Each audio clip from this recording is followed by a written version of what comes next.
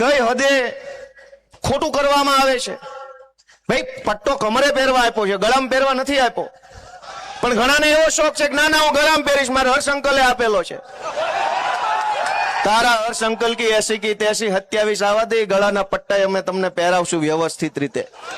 એવું થોડું હોય, હર્ષ અંકલે પટ્ટો આપ્યો હું ગળામાં પહેરીશ, તમારે નહીં પહેરવું। આ હું તમને કાંડ કહું કે કેવા કાંડ થઈ રહ્યા છે, ગળામાં પટ્ટા પહેરીને ટોમી બની ગયા કેટલાક લોકો।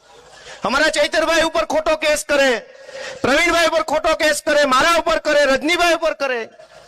દોસ્તો આ નુકસાન અમારું નથી, તમે જોજો કે આ કેઈ હદે ખોટું થઈ રહ્યું છે। અમરેલીમાં એફઆઈઆર થઈ કે પાયલબેન ગોટી, અશોકભાઈ માંગરોળિયા, મનીષભાઈ વઘાસિયા અને જીતુભાઈ ખાતરા, આ 4 લોકોએ ભેગા મળી અને એક નકલી લેટર બહાર પાડ્યો। આવી જતી ને ફરિયાદ, યાદ છે બધાને?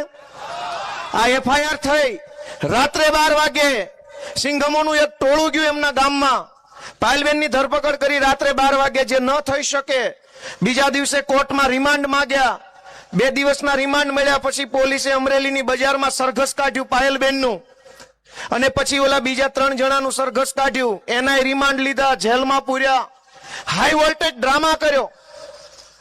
પછી શું થયું? આ મારા હાથમાં કાગળ છે, અમરેલીના નાયબ પોલીસ અધિકારી નૈના ગોરડિયાની સહી છે આની અંદર।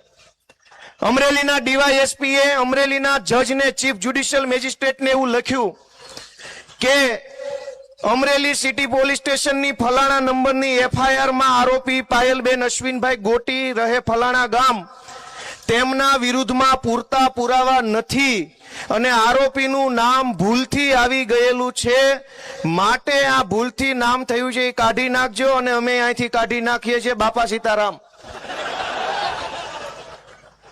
ભૂલથી આરોપીનું નામ આવી ગયું, રિમાન્ડ માંગી લીધા, સરઘસ કાઢી લીધું, પટ્ટા મારી લીધા, બદલો લેવાઈ ગયો એટલે કોર્ટમાં લખીને આપી દીધું કે આ તો ભૂલથી આવી ગયું તું, હી।